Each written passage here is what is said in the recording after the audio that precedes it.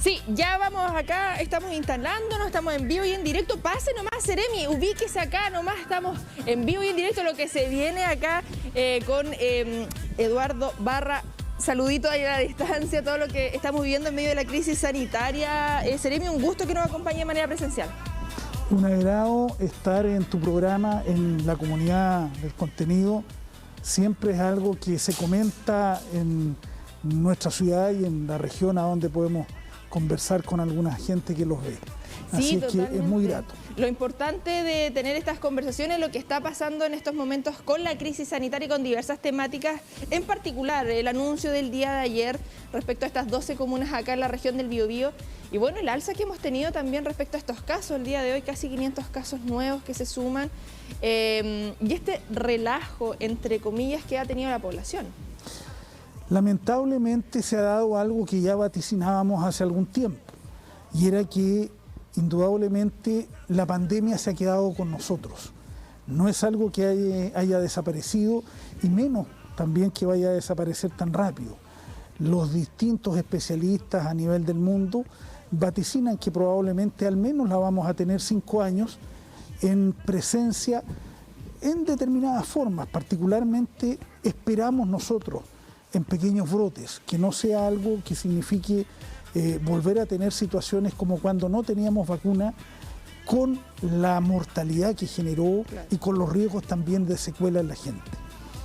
Y eso es lo importante también de continuar con este proceso de vacunación, que sabemos que ha costado, lo que va a ocurrir ya el próximo miércoles, sí, el 1 de junio, cuando se cancele este pase de movilidad. Y lo importante también de tener conciencia de lo que está pasando en estos momentos con este, no sé si caos de la gente, pero vemos mayor cantidad de personas yendo a los lugares de vacunación por ir por su dosis, lo que genera un atostamiento y una incomodidad y complejidad para quienes van cumpliendo su calendario en un orden como corresponde. Sí, la verdad es que lamentablemente se ha producido un poquito, yo diría que no ha sido un atochamiento terrible, porque se han habilitado nuevos lugares de vacunación, pero era esperable. Lamentablemente nos estamos acostumbrando a responder más que a la precaución, al garrote, lo que no es bueno culturalmente, ¿no? Pero indudablemente que sí, se ha producido un poco de aumento de presencia, lo que a nosotros consideramos que es muy bueno para que la gente se vacune. Es necesario entender que al permanecer con nosotros el virus, en la medida en que nosotros tenemos más gente inmunizada, tenemos menos posibilidades de sobrevida del virus y por lo tanto cae la circulación viral. En este caso, nuevamente, al tener mucha población que empieza, producto de que van corriendo los meses desde la última vacuna, empieza a perder su capacidad inmunitaria, entonces se vuelve a contagiar y esto permite que el virus siga replicándose y siga viviendo y aumentando su circulación. Y esto nos genera los problemas porque eso, al tener tal cantidad de virus circulando, tenemos también mutación. Es así que tenemos que hacer el esfuerzo, hay que ir a vacunarse, es muy, muy importante. Y respecto a los virus circulando, porque sabemos lo que pasó en estos 2 años que estuvimos en cuarentena, la influenza, bajaron los contagios, había mayor responsabilidad en el uso de la mascarilla, en los espacios al aire libre, sabíamos que no podíamos o no estaban disponibles los lugares, por ejemplo, de esparcimiento social, donde nos sacamos la mascarilla para comer. Lo que está pasando en estos momentos, evidentemente, genera mayor circulación de otros virus, como la influenza, lo que está pasando también con ese proceso de vacunación y lo que pasa en esta temporada, porque yo he visto a través de redes sociales harto comentario, en particular en Concepción, muchas personas que están resfriadas y hablan de estos resfríos que no es COVID, es de entre alergia y lo que pasa en esta época, sobre todo con los niños y la vuelta a clase. Indudablemente. A ver, nuestro esfuerzo como país y como gobierno de Gabriel Boric en particular respecto de los temas de pandemia y también respecto de la campaña de la influenza es lograr avanzar al máximo de normalidad posible, a la presencialidad. Pero esto tiene que ver también con asumir una conducta de responsabilidad colectiva como población. Ahora, tú dices algo que es muy real. Hoy en día hay mucha presencia de gente en lo que es la actividad cotidiana y esto indudablemente que si no se asocia al resguardo, el lavado de manos, la ventilación de espacios, al uso correcto de mascarilla y por supuesto a la vacunación, significa alta circulación viral. A diferencia de otros años, particularmente los años de la pandemia, nosotros hoy día hemos casi duplicado la circulación viral, sí, de virus sincicial, en realidad la triplicamos ahí, y también de adenovirus y virus influenza A. Y eso están circulando activamente y para eso también nos protege la mascarilla y el lavado de manos y el ventilar los espacios.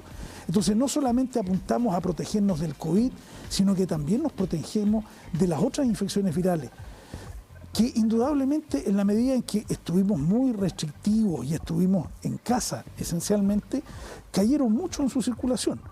Pero hay que entender, el virus es un organismo vivo que requiere de otros organismos vivos para replicarse y reproducirse. Y va mutando. No buena persona, pero va mutando. No vamos a hacer comentarios de eso del virus buena persona. Seremi, respecto también a lo que está ocurriendo y sabemos que hay preocupación por la ciudadanía, en caso de que aumenten los casos como lo hemos visto, pero de una manera quizás mayor, ¿cómo está el equipo de salud también y cómo se están organizando en caso de que ocurra una nueva ola?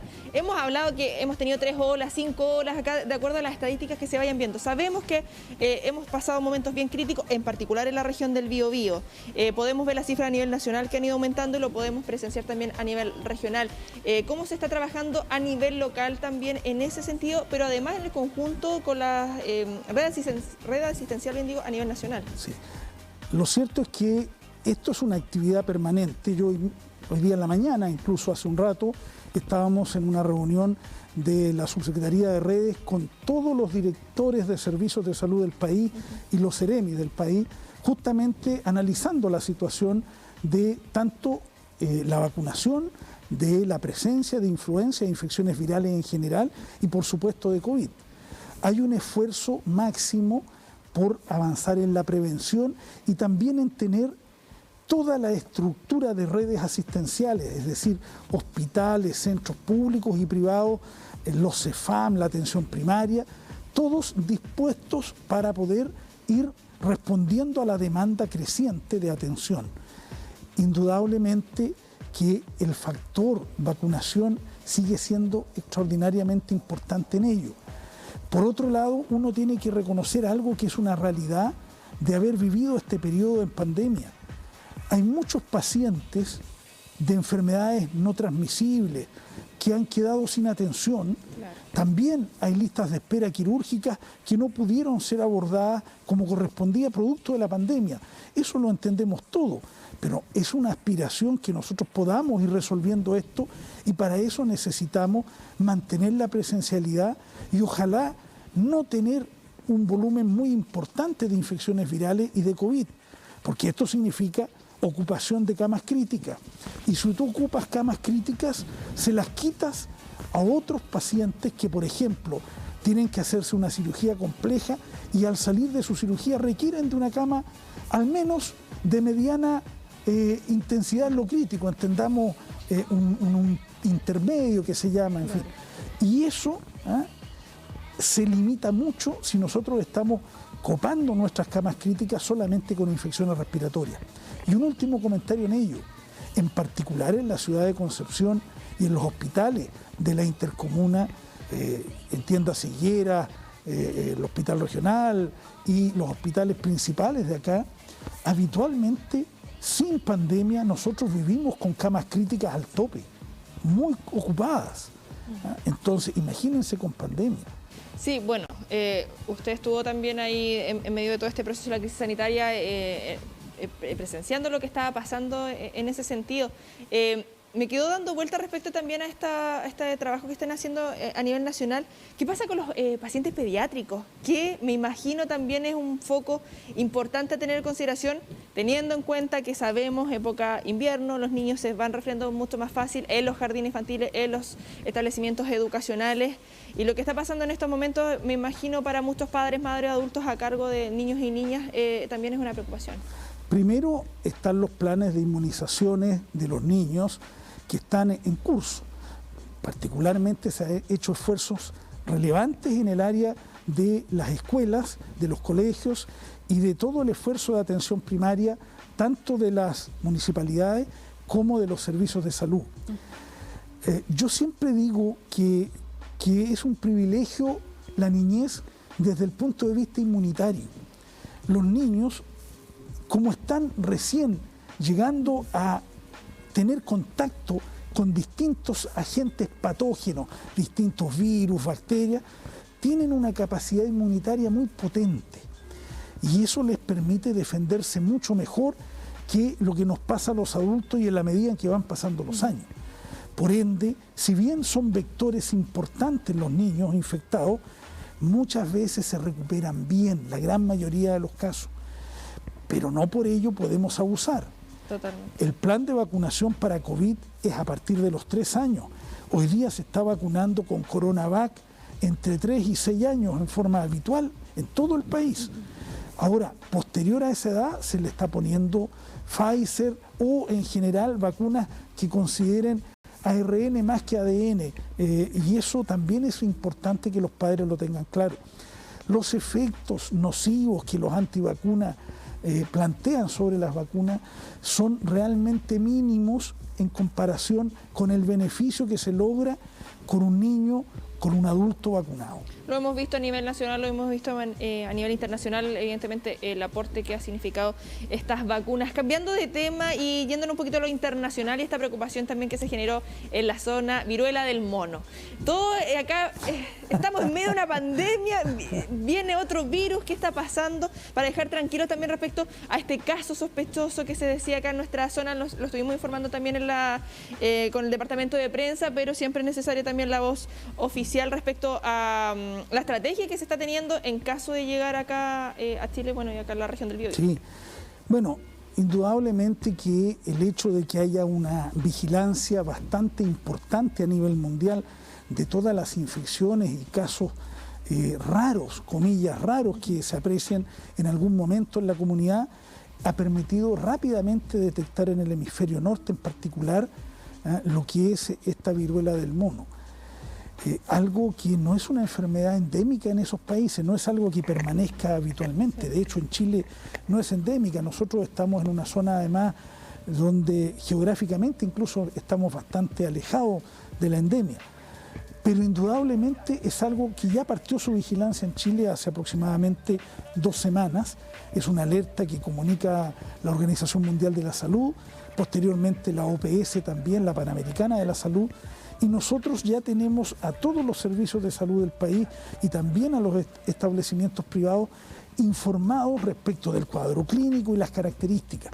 Ahora, indudablemente que se va a, sobre comillas, diagnosticar esto, sí, porque nosotros tenemos una gran cantidad de personal médico, sanitario en general, que no ha tenido nunca contacto con estos cuadros clínicos. Entonces, la sospecha, lo que nosotros llamamos el diagnóstico diferencial, es muy amplio, desde una varicela, pasando por cuadros o fiebres exantemáticas de diverso tipo y otros cuadros también que afectan lo cutáneo y también tienen un compromiso general. Entonces, esto es una rareza. Yo diría que nosotros no podemos despreciarlo. Hay que mantener plena vigilancia, pero no es lo más probable.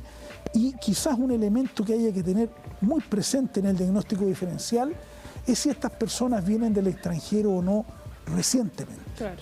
Es decir, si han estado hace 3, 4 semanas fuera del país y llegaron. Ahí hay que poner mucho ojo si tienen esto. Ahora, yo hago un comentario, no sé si recuerdas que se habló de una hepatitis fulminante también, no hace mucho. Bueno, esto también se detecta producto de esta vigilancia. Nosotros en Chile no hemos tenido ningún caso de eso, pero ya va quedando más clara la causa y tiene que ver precisamente con virus que se sinergian con el COVID. Y eso es muy complejo porque son las infecciones virales que nos están rondando cotidianamente y hoy día tenemos un foco puesto en ellas, lo que me parece prudente. Sí, la población cada vez está más atenta a todo esto en el contexto que nos encontramos de una pandemia. Estamos un poco más atentos también a lo que está pasando en materia internacional, con los vecinos argentinos, como los saludábamos al inicio, ya llegó y todos entramos ahí, chuta, en un par de horas para llegar a Chile y tenemos que mantener ahí un poquito la calma y por eso es tan necesario también tener estas conversaciones con las autoridades correspondientes. Para ir finalizando, algo que quedó en el tintero respecto también a la pandemia tiene que ver con las tomas de PCR. Sabemos que siguen aún disponibles y respecto también a lo que pasa en esta época, que lo señalaba anteriormente, resfríos, la alergia, que uno lo confunde, quizá un poquito de estrés, dolor de cabeza, dolor de cuerpo, dormir más, etcétera. Ante cualquier duda de todos estos síntomas que sabemos que también va variando. Al inicio hablábamos de la fiebre, sabemos que hay muchos casos que no presentan fiebre COVID-19. Respecto a estos síntomas, estar alerta y acercarse también a los puntos de toma de PCR que tienen a disposición como Seremi Salud. Tú has dicho exactamente lo que hay que hacer y realmente agradezco que lo plantees de esa forma, porque ustedes nos ayudan mucho precisamente en ello. El PCR sigue plenamente vigente si hay cualquier sintomatología sugerente. Ahora, indudablemente que no vamos a tener la sintomatología del año 2020, Florida con un dolor de cuerpo tremendo, con fiebre altísima, no. Si la gente está inmunizada, tiene vacunas, lo más probable es que esto sea mucho más leve, pero frente a la mínima duda, acudir y hacer el PCR. Los puntos habitualmente están publicados en nuestras redes sociales y ustedes también nos colaboran mucho porque también lo van mostrando. Y eso es muy importante justamente porque asumimos que la pandemia está con nosotros, que no se ha ido y que no se va a ir tan pronto. Sí, no hay que relajarse respecto a esto. Y hay de algunas consultas que van llegando también a través de redes sociales, aquellos que quizás han estado contagiados y tienen que ir por su proceso de vacunación. Se recomienda esperar un poco todo este proceso de inmunización que se genera con el virus y me gustaría que lo explicara también porque he escuchado muchos comentarios de personas, no, es que estuve con COVID hace un mes, no me voy a vacunar todavía porque estoy protegida. A ver, la verdad es que indudablemente que el haber contraído el contagio genera una respuesta inmunitaria y eso da una protección. Eso no impide que nosotros nos vacunemos. En general, después de 15 días ya se puede uno vacunar para optimizar, mejorar esta protección. No es pecado si espera el mes. Pero lo que hay que tener claro es que las tasas de anticuerpos logradas con ya sea la infección o con la vacunación tienden a caer en el tiempo. Hoy en día todavía hay algunas zonas oscuras en el conocimiento y que no se van a tener muy claras hasta que pasen algunos años, porque hoy día no estamos para hacer experimentos respecto de si nos va mejor o peor si dejamos de vacunarnos. Y eso también es lo que tenemos que tener muy claro. Y de ahí que lo prudente es que hemos puesto como fecha a tope los 6 meses. Yo lo puedo comentar en lo personal. Yo tuve COVID el año 2020, lo viví y precisamente mi primera vacuna justo me la puse a los 6 meses y me tomé niveles de anticuerpo antes de ponerme esa vacuna, que era la primera que llegaba acá a Chile, que fue la que le pusieron a todos los miembros de la atención directa con pacientes en los sistemas sanitarios. Y mis niveles ya habían bajado en comparación con los niveles que yo tenía al mes de haber contraído la enfermedad. Así es que esto no es un decir, esto es una realidad que está demostrada y por ende lo prudente es volver a vacunarse para poder mantener el proceso de inmunidad por largo tiempo. Nos quedamos con esas palabras, agradecerle, Seremi, que nos haya podido acompañar de manera presencial, esperar poder tener conversaciones así más adelante también para ir aclarando y que no se nos olvide que seguimos en medio de una pandemia. Así que muchísimas gracias y éxito en todo lo que se viene. Connie, muchas gracias a usted, muy gentil de su parte, muchas gracias a TVU y mucho éxito en este programa que entrega siempre un aporte y conocimiento a la comunidad. Eso es lo que buscamos, Seremi. Nosotros seguimos avanzando durante esta tarde. Recuerden que estamos en vivo y en directo hasta las 16 horas.